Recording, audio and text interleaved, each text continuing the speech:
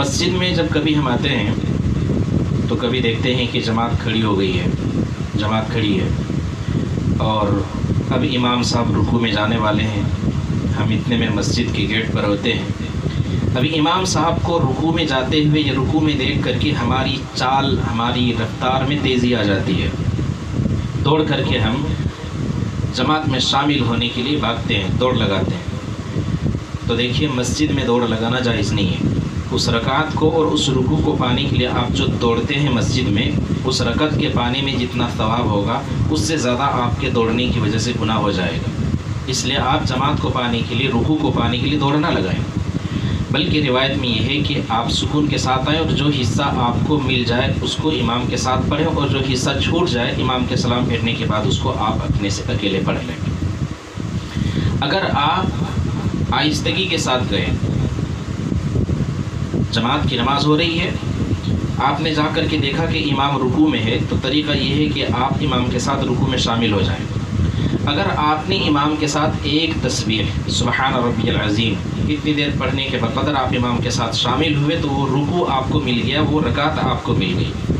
لیکن آپ نماز میں شامل ہوئے، رکوع کے اندر امام تھے، آپ بھی رکوع میں چلے گئے، آپ سر جیسے جھکائے رکوع میں آپ گئے کہ امام نے سر اٹھا لیا، امام کے ساتھ آپ کو ایک تسبیح سبحان ربی العظیم اتنی دیر کہنے کا موقع نہیں ملا کہ امام نے سر اٹھا لیا، تو اب آپ کو نہ وہ رکوع ملا نہ وہ رکعت ملی۔ اگر رکوع ملتا ہے تو رکعت ملتی ہے، وہ رکوع آپ کو نہیں ملا اس لیے رکعت نہیں ملی، بلکہ آپ امام کے سلام پھیرنے کے بعد اس رکعت کو پھر سے پڑھیں گے۔ جب کبھی آپ مسجد میں آئیں تو مسجد میں آنے کے بعد امام کو آپ پہلے سجدے میں یا دوسرے سجدے میں یا تشہد کی حالت میں دیکھتے ہیں۔ بہت سارے لوگ آ کر کے صف میں کھڑے ہو جاتے ہیں اور امام کے اٹھنے کا انتظار کرتے ہیں، غلط ہے۔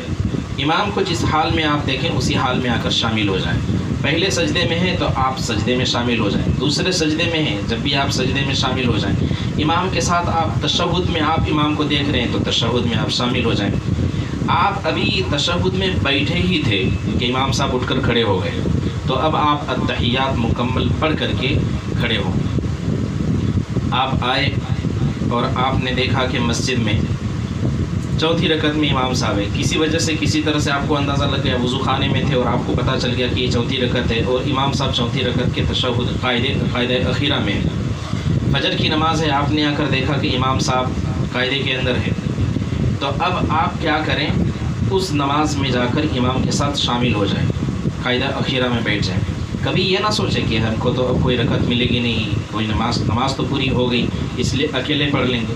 جب تک امام سلام نہیں پھیر دیتا ہے مسجد کے اندر، آپ اکیلے اپنی نماز نہ پڑھیں، بلکہ امام کے ساتھ چاہے التحیات ہو چاہے درود شریف میں امام صاحب کیوں نہ ہو، آپ اس میں شامل ہو اور شامل ہو کر کے اس میں التحیات پڑھیں۔ التحیات پڑھنے کے بعد جب امام سلام پھیرے تب آپ اٹھ کر کھڑے ہو کر اپنی نماز پوری کریں۔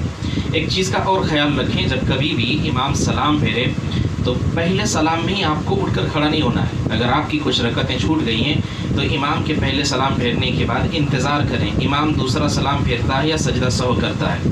اگر آپ نے پہلے سلام میں ہی آپ اگر کھڑے ہو گئے، پتہ چلا کہ امام نے پہلا سلام پھیر کر سجدہ سہو کیا، تو پھر آپ کو واپس آنا پڑے گا۔ اس لیے بہتر یہ ہے کہ آپ امام کے پہلے سلام کے بعد دوسرے سلام کا انتظار کریں۔